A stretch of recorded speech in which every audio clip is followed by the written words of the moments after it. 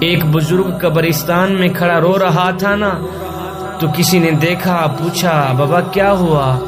کسی نے مارا ہے، کسی نے پیٹا ہے، کسی نے دکھ دیا ہے، کسی نے درد دیا ہے، بھوک لگی ہے، کسی نے کھانا نہیں دیا، پیاس لگی ہے، کسی نے پانی نہیں دیا، کیوں رو رہے ہو؟ کیا وجہ ہے؟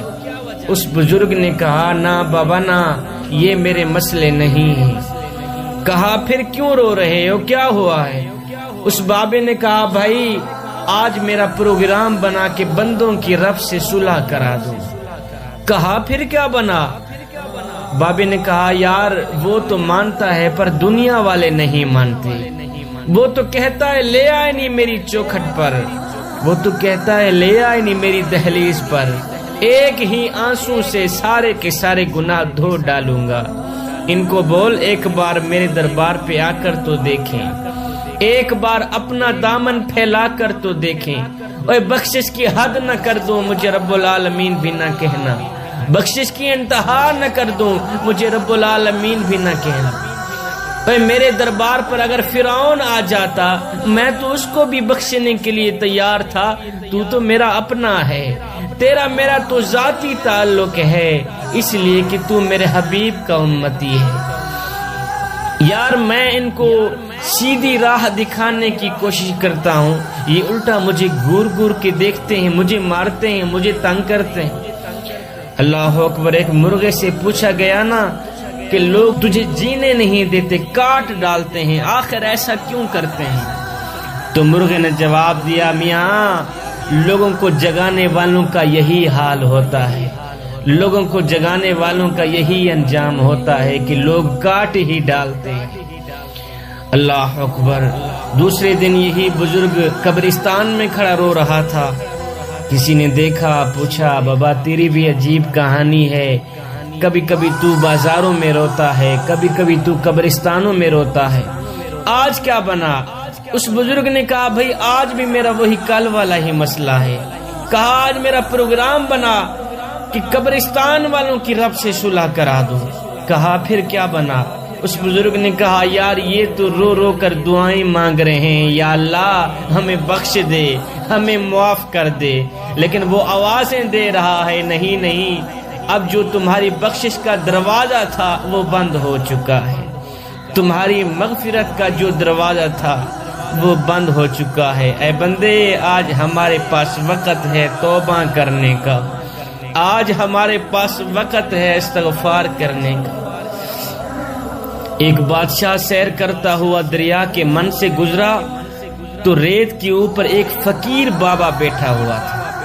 اللہ اکبر۔ بادشاہ کے گزرنے پر فقیر کو جنبش بھی نہ ہوئی کہ بادشاہ جا رہا ہے، اس کو اٹھ کر سلام دوں، اس کا استقبال کروں، بادشاہ ہے وقت کا۔ فقیر خاموش ہو کر ریت کے اوپر ہی بیٹھا رہا، بلکہ لیٹا ہی رہا۔ بادشاہ نے دل میں سوچا کہ شاید یہ فقیر مجھے نہیں جانتا۔ آخر بادشاہ بول ہی پڑا کہ فقیر میاں کیا حال ہے؟ اس فقیر نے کہا بادشاہ کوئی حال نہیں ہے، اللہ کی نعمتیں کھا کھا کر دانت ٹوٹ گئے ہیں، زبان اس کی ناشکری سے پھر بھی باز نہیں آتا۔ بادشاہ نے کہا فقیر میاں کیسی زندگی گزر رہی ہے؟ فقیر نے کہا جی کچھ آپ جیسی گزر رہی ہے، کچھ آپ سے اچھی بھی گزر رہی ہے۔ یہ سن کر بادشاہ حیران رہ گیا اور کہنے لگا شاید تم مجھے نہیں جانتے کہ میں کون ہوں۔ فقیر نے کہا میں جان گیا ہوں بادشاہ، تو بادشاہ وقت ہے، میں پہچان گیا ہوں آپ کو۔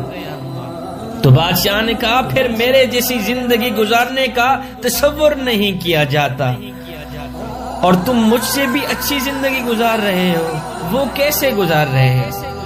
فقیر نے کہا بادشاہ تو پھولوں کے بستر پہ سوتا ہے، میں ریت پہ سوتا ہوں۔ جب آپ کو اور مجھے نیند آ جاتی ہے اس وقت تجھے پتہ یہ نہیں ہوتا کہ میں پھولوں کے بستر پہ سویا ہوا ہوں، اور مجھے پتہ یہ نہیں ہوتا کہ میں ریت کے اوپر سویا ہوا ہوں۔ اس وقت تیری اور میری زندگی ایک جیسی ہی گزر رہی ہوتی ہے۔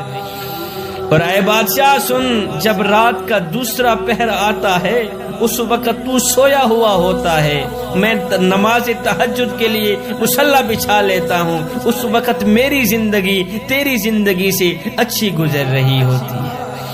جوانوں، اپنی زندگی کو مالک کی دہلیز پہ لے آؤ، اپنی زندگی کو مالک کی چوکھٹ پہ لے آؤ۔ اللہ اکبر، جوانی وہی ہے جو مالک کی چوکھٹ پہ گزر جائے، زندگی وہی ہے جو مالک کے دربار پہ گزر جائے۔ اللہ اکبر، اپنے دل کا تعلق مالک سے جوڑ لو، محبت اور پیار کا تعلق مالک سے جوڑ لو، اپنی جوانی کو دین کی راہ پہ ڈھال لو۔ میرے کریم آقا نے فرمایا، میں اللہ کا حبیب ہوں، میں اللہ کا حبیب ہوں۔